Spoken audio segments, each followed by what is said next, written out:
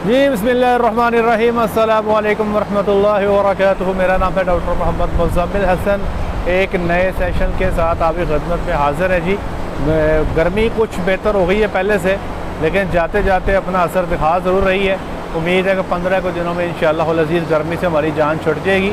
अच्छा, तो आज आपसे बात करेंगे बूस्टन की जो इंजेक्शन है उसके हवाले से। बहुत सारे लोग पूछते हैं कि ये बूस्टन इंजेक्शन का इस्तेमाल कैसा है, इस्तेमाल करना चाहिए या नहीं इस्तेमाल करना चाहिए, किन जानवरों को इस्तेमाल करना चाहिए, कब तक इस्तेमाल करना चाहिए, क्या ये इंजेक्शन इस्तेमाल करना कानून के मुताबिक दुरुस्त है, और इस इंजेक्शन का जानवर की सेहत पे क्या असर है, इस इंजेक्शन का जानवर की ब्रीडिंग पे क्या इफ़ेक्ट है। ये सारी चीज़ें जो है आज आपके साथ हम इस सेशन में डिस्कस करेंगे।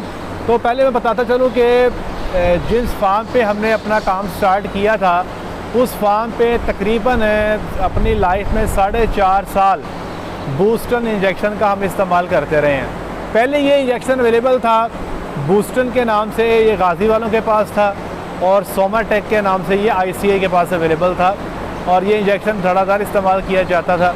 तो इसकी जो मिक़दार है ये 2 पैकिंग में आता है। एक 250 मिलीग्राम में आया करता था, मैं पुरानी बात कर रहा हूँ, और एक 500 मिलीग्राम में ये आया करता था। तो 500 मिलीग्राम वाला इंजेक्शन जो है वो हम 10 जानवरों में इस्तेमाल करते थे। इस्तेमाल कैसे करते थे, उसके अंदर हम शामिल करते थे विटामिन AD3E।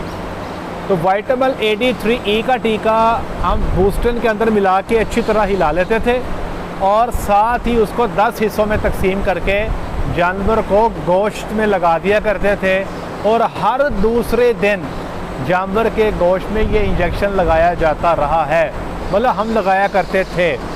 अच्छा, अब होता ये था जनाब, जैसे ही हमारा जानवर बच्चा दे देता था, बच्चा देने के बाद आपको पता है कि गाय का जो दूध है वो एक रफ्तार से बढ़ना शुरू हो जाता है। अमूमी तौर पे 45 से 50 दिन पे आके जानवर का जो दूध है वो तकरीबन अपनी पीक पे चला जाता है, जितना उसमें ऊपर जाना है वो चले जाता है। अच्छा, होता ये है कि जैसे ही जानवर अपनी पीक पकड़ता है उसके बाद वो कुछ अरसा उस पीक को मेंटेन रखता है। जैसे मिसाल के तौर पे एक गाय दूध से बढ़ के वो 25 लीटर पे रुक गई, फिर वो 25 लीटर देती रहती है 2 महीने या 3 महीने, ठीक है।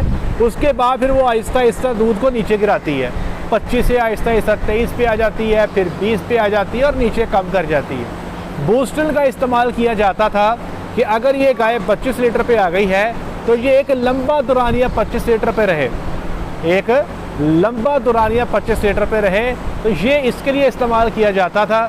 और मुझे याद है जी कि हमारे फार्म पे जिस गाय को बच्चा दिए को 60 दिन हो जाते थे या भैंस को 45 दिन हो जाते थे, तो हम उसको ग्रुप में शामिल कर देते थे और उसको बूस्टन जो है वो लगाना शुरू कर दिया जाता था। कंपनी के नुमाइंदे ही आते थे और आके जो है वो बूस्टन लगा के चले जाया करते थे। अच्छा, अब होता ये जनाब कि किस जानवर को लगाना चाहिए। एक तो मैंने बता दिया कि ताज़ा जानवर है, वो उसने बच्चा दिया, पीक आ गई, आपने लगा दिया। अब एक फार्म है जहाँ पे कभी बूस्टन नहीं लगा, आज वहाँ पे बूस्टन स्टार्ट करना है, तो याद रखिए जो हमने देखा था बूस्टन इंजेक्शन के इस्तेमाल से 15 से 20% दूध में इजाफा हो जाता था। मिसाल के तौर पे अगर एक गाय 20 लीटर पे है तो वो 3 से 4 लीटर तक बढ़ जाती थी। वो गाय जो 15 लीटर पे है वो तकरीबन आपका 3 लीटर का जंप, वो भी 2.5 से 3 लीटर का ले जाती थी। तो वो जानवर जो आपका दूध ही दे रहे हैं, गाय ऐसी जो 4 या 5 लीटर दूध दे रही है, उसको बूस्टन लगाएंगे तो वो 1 किलो मुश्किल बढ़ेगी। तो उन जानवरों को लगाने का फ़ायदा था जिन जानवरों का दूध ज़्यादा है। जितना ज़्यादा दूध होगा उसका 15 या 20% जो है वो उतना ही ज़्यादा होगा। फिर टीके के खर्चा भी निकल आता है, टीके के पैसे भी निकल आते हैं। ऐसे तो नहीं हो सकता कि आप 70 रुपये का बूस्टर लगाएं और आपका दूध 60 रुपये का बढ़े, ये पॉसिबल नहीं है। तो तब हमारे उस ज़माने में हम जिन जानवरों का दूध थोड़ा होता था, काफ़ी थोड़ा होता था, उनको बूस्टर का इंजेक्शन नहीं लगाया करते थे।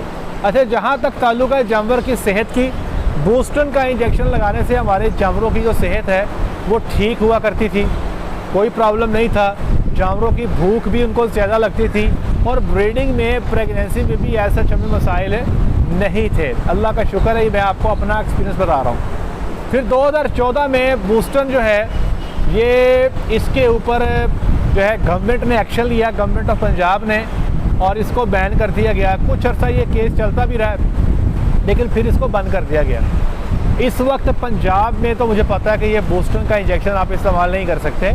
कराची में शायद होता हो, मुझे कंफर्म नहीं है, लेकिन पंजाब की हद तक मुझे अंदाज़ा है कि ये टीका जो है ये यहाँ पर बंद हो चुका है। अब जब ये टीका बंद हुआ, पंजाब में ये टीका बंद हो गया, तो दूध जो था वो जानवरों का कम होना शुरू हो गया।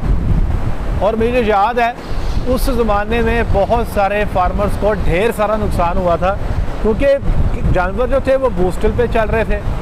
और मसला ये बना कि अगर किसी जानवर का दूध, वाड़े का दूध आज 600 लीटर है बूस्टर लगा के, अब बूस्टर नहीं मिल रहा, बूस्टर बंद हो गया, तो 600 से दूध कम होता 500 पे आया, 500 से कम होता 450 पे आया। ये कम होता ही गया, इसने ब्रेक नहीं लगाई। ये कम होता 2-2.5 महीने के अंदर बहुत सारे वाड़े ऐसे थे जिनके कई सारे जानवर काटू हो गए और उनको जानवर बेचने पड़ गए, नए जानवर जो थे दूध में लाने पड़े, तो लोगों को बहुत ज़्यादा नुकसान जो था उस वक्त उठाना पड़ा। मुझे याद है जी, हमारा जो फार्म था SB, हमारा उस वक्त जो मंथली प्रॉफिट था वो 20 लाख के पास चल रहा था। और 20 लाख प्रॉफिट इसलिए था कि हमारा जो दूध है वो सारा अपनी सेल थी, अपने स्टोरों पे जाया करता था। तो जैसे ही बूस्टर बंद हुआ तो हमारा मंथली प्रॉफिट जो है वो 6 से 7 लाख रुपया रह गया था, मतलब 13 लाख रुपया प्रॉफिट कम हो गया था। ये अल्लाह का फजल रहा कि हम नुकसान से बच गए, लेकिन जानवर हमें डालने पड़ गए, जानवर हमें नए ऐड करने पड़ गए। वो जानवर जिनका दूध कम हो गया फिर दोबारा वो बच्चा दे के आए तो उनका जो दूध था वो मेंटेन रहा। इस वक्त हमारे पास जो भैंसें चल रही हैं अमूमी तौर पे 8.5 से 9 लीटर की एवरेज चल रही होती है भैंसों की। ये मैं आपको सच्ची बात बता रहा हूँ, कहने को जो मर्जी कहते हैं। 8.5 से 9 लीटर में वो भैंसें शामिल हैं जो उसमें ताज़ा भैंसें भी हैं, जिसके अंदर गब्बड़ भैंसें भी हैं, जिसके अंदर वो भैंसें भी शामिल हैं जो तकरीबन 5-5, 6-6 माह की प्रेग्नेंट है और वो थोड़ा थोड़ा दूध दे रही हैं। तो 8.5, 9 लीटर तक की रेंज में दूध जा रहा है। जिन दिनों में बूस्टर हमारे पास था उन दिनों में आप कह लें कि 10-11 तक की एवरेज जो थी हमारी चले जाया करती थी। मैं बफलों की बात कर रहा हूँ, लेकिन अब ये टीका जो है ये बंद हो चुका है और अब हम भी आदी हो चुके हैं। हमें एक ज़माने में लगता था कि पता नहीं यार बूस्टर का टीका बंद हो गया, पता नहीं ज़िंदगी कैसे गुजरेगी, लेकिन अल्लाह का फजल है जी, मामला चलते जा रहे हैं।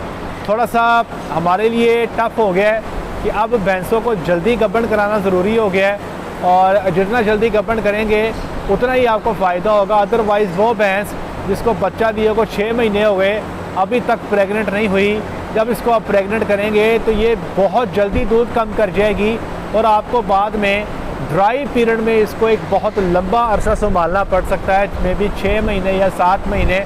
वो एक बड़ा मुश्किल गेम बन जाती है, जेब से पैसे आपके बहुत ज़्यादा डल जाते हैं। तो ये एक स्टोरी थी हमारी बूस्टन के हवाले से। और फ़िलहाल पंजाब में तो इस्तेमाल नहीं हो रहा।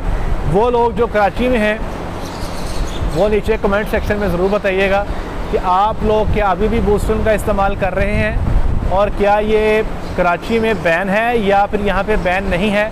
अपनी तौर पे नीचे हमें कमेंट सेक्शन में जो है आप अपनी राय से जो है अपनी राय का इजहार जो है ज़रूर कीजिएगा। आज के लिए इतना ही, अपना ख्याल रखें, दुआ में याद रखें, 5 वक्त की नमाज़ अदा करें। अस्सलामु अलैकुम।